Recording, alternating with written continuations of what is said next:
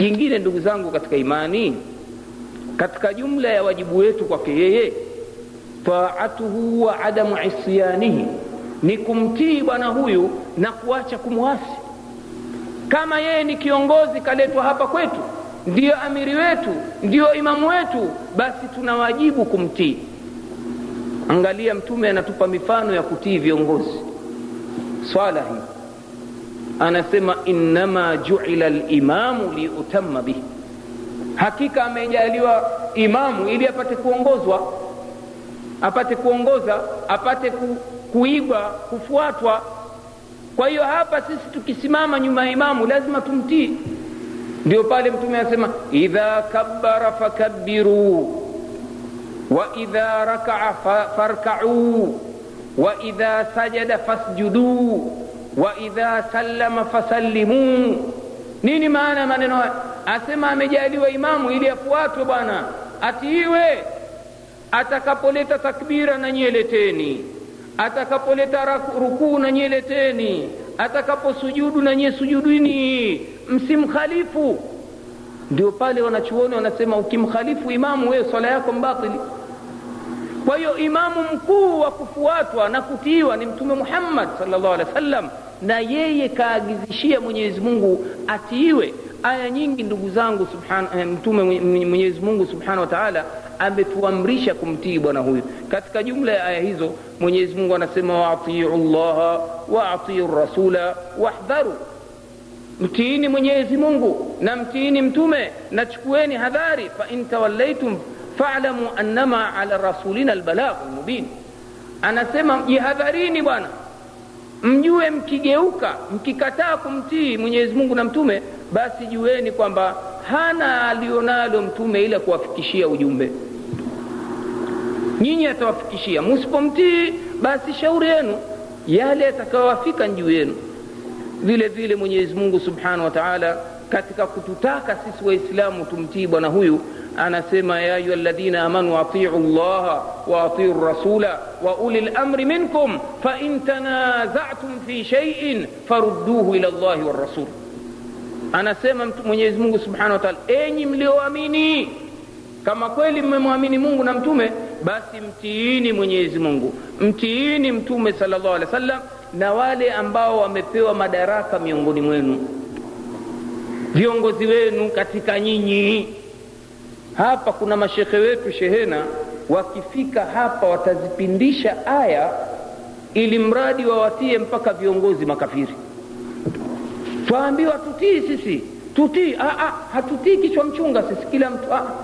Tuambiwa tuwatii viongozi katika sisi. Kwa nini? Kwa sababu viongozi wetu ni wale wanaotuamrisha ya Mungu na mtume. Kiumbe yote awaye yule akituamrisha jambo la maasi, basi tutakiwa tumkhalifu, tumasi. Ndio pale mtume sallallahu alaihi wasallam anasema la ta'ata li makhluqin fi ma'siyati al-khaliq, hakuna kumtii kiumbe katika kumwasi Mwenyezi Mungu. Waachilia mbali kafiri, hata muislamu mwenzetu akituamrisha ulevi hatunywi, akituamrisha zina hatuzini, akituamrisha baya lolote hatumfuati. Angalia katika jumla ya mafunzo ya swala, imamu akiongeza rakaa kwa sababu ni jambo la ziada ambalo halimu katika dini. Magharibi tuswali naye rakaa 3, yeye akasimama ongeza ya 4. Sisi tumkumbusha lakini hatuendi juu. Waislamu wengi hawajui, unaona wafuata tu imamu akisimama na waenda. Huyu kazidisha huyu.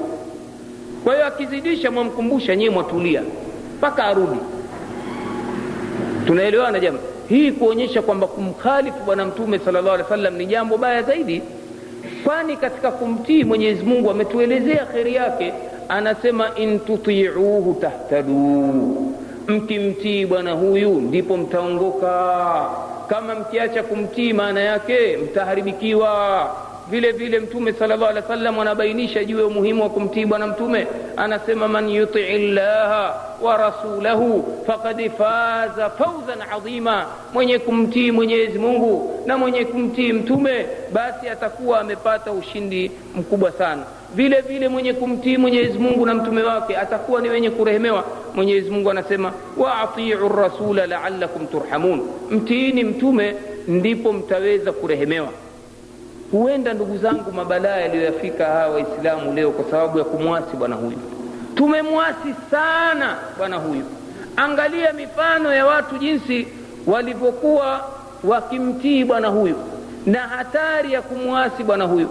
Siku moja Mtume alimchagua sahaba Abdullah ibn Rawah radhiyallahu anhu, alimchagua kuwa ni amiri jeshi. Akamwambia, leo ni usiku utaingia wa Alhamisi kuamkia Ijumaa, usiku wa Ijumaa. Kabla ya Ijumaa kuingia, mchana wake uwe tayari ushajikusanya katika jeshi, umeongoza jeshi lako, umeondoka. Mtume alikuwa na ada hiyo, kutuma vikosi kwenda kupambana na makafiri. Kwa hiyo kamchagua huyu bwana. Mtume anaingia kwenye swala ya Ijumaa, yuko Madina, amkuta Abdullah yuko pale msikitini. Akashangaa, wewe si jana nimekwambia uandae kikosi wende? Asema, ndio ya Rasulullah, nimewatanguliza mimi waende. Mimi nimeona bora nikae na wewe, mapenzi yangu ya kuswali na wewe swala ya Ijumaa napenda sana.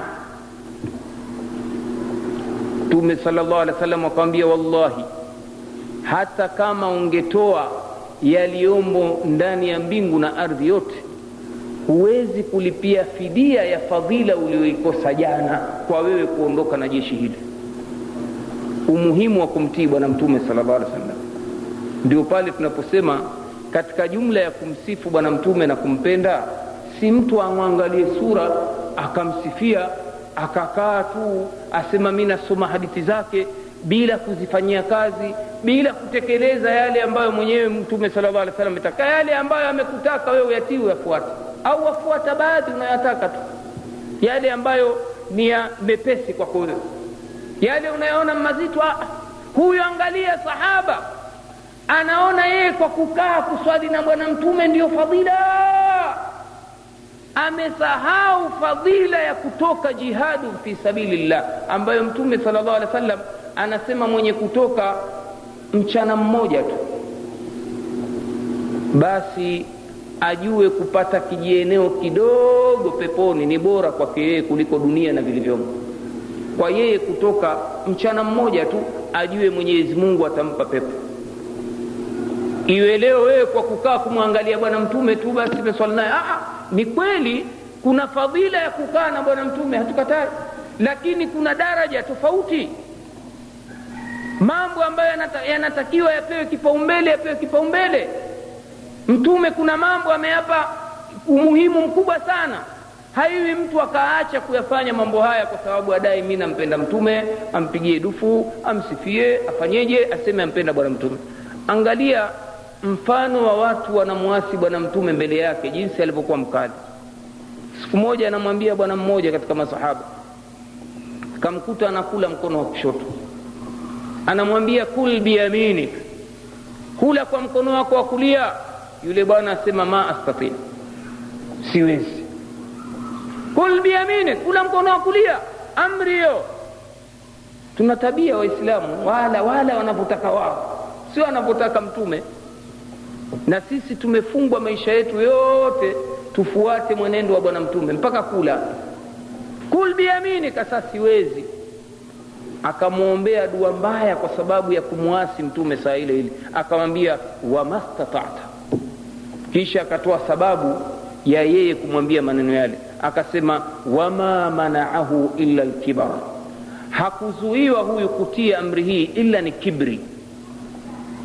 Kweli baada ya maneno yale kuyasema, mkono wake umelemaa. Mpokezi wa hadithi asema haukuweza kuja kwenye kinywa chake. Saa ile adhabu imeshuka saa ile ya Mwenyezi Mungu kwa dua kukubaliwa ya Mtume kwa kibri alichokifanya huyu bwana. Ndio pale tunawadharisha ndugu zetu. Mtume anasema afu lihakum wa qassu sharaib, wekeni ndevu zenu na mpunguze sharubu.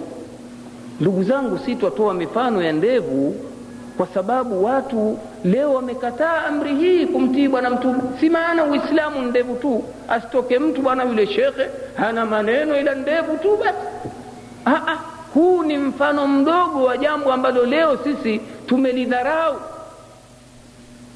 Ni amri ya bwana mtume, mtu asione kwamba hili ni jambo dogo tu, suna tu ndogo ndogo. Maana waislamu wamejenga tabia, neno hili sunna wamelichukulia ni jambo dogo dogo tu. Ndio mpaka chumvi pia imeitwa sunna. Ukimpa mwenzio kijitende tumba moja, basi chukua japo sunna. Yani vitu vidogo dogo ndio sunna. Nani kasema taa ya mtume ni wajib? Na mwenye kukhalifu amri ya bwana mtume Mwenyezi Mungu amemhaddidi, atamuadhibu adhabu kali. Mwenyezi Mungu anasemaje juu ya kumwasi bwana huyu?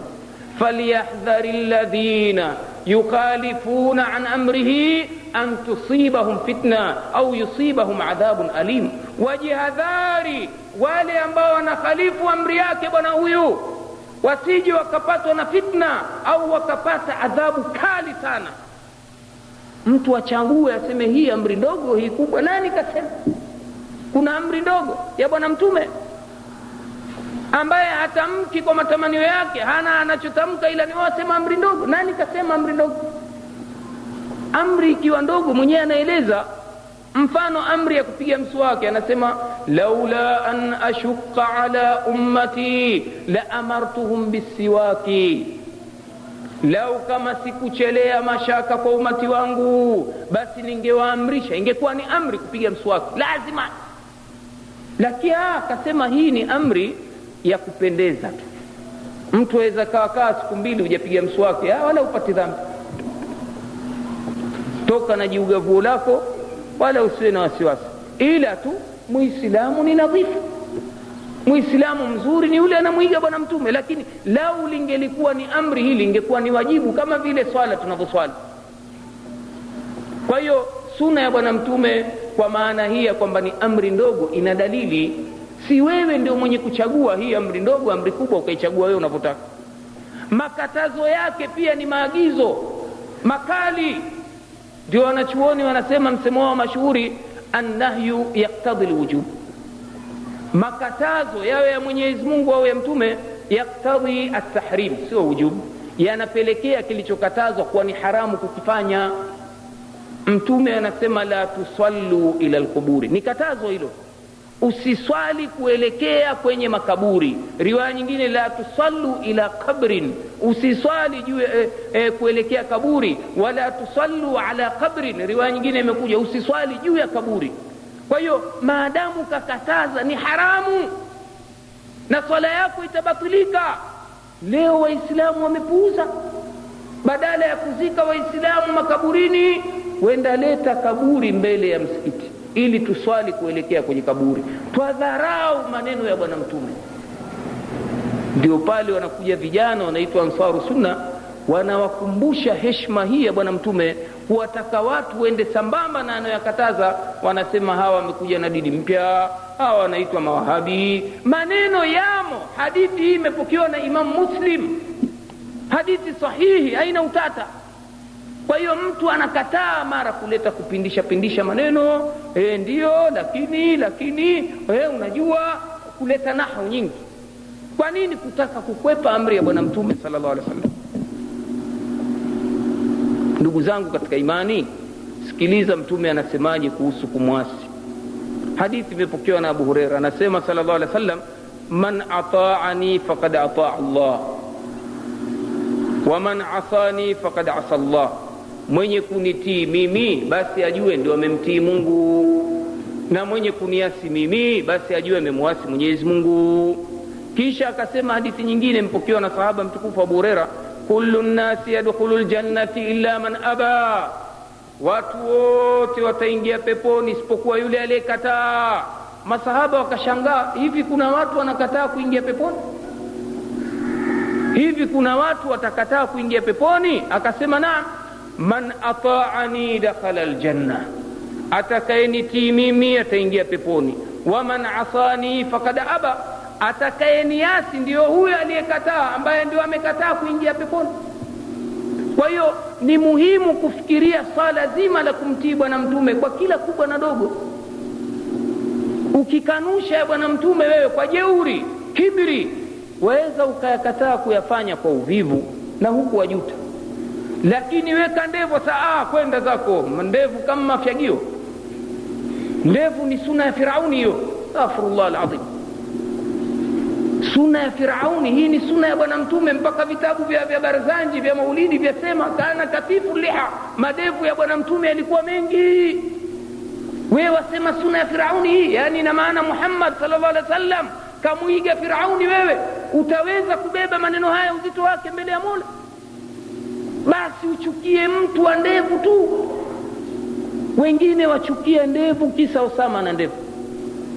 Twapita vijijini, ukipita kuna wengine wasema kwa maana wanakupongeza kwa sababu wanamhesabu Osama shujaa, kiboko ya Amerika.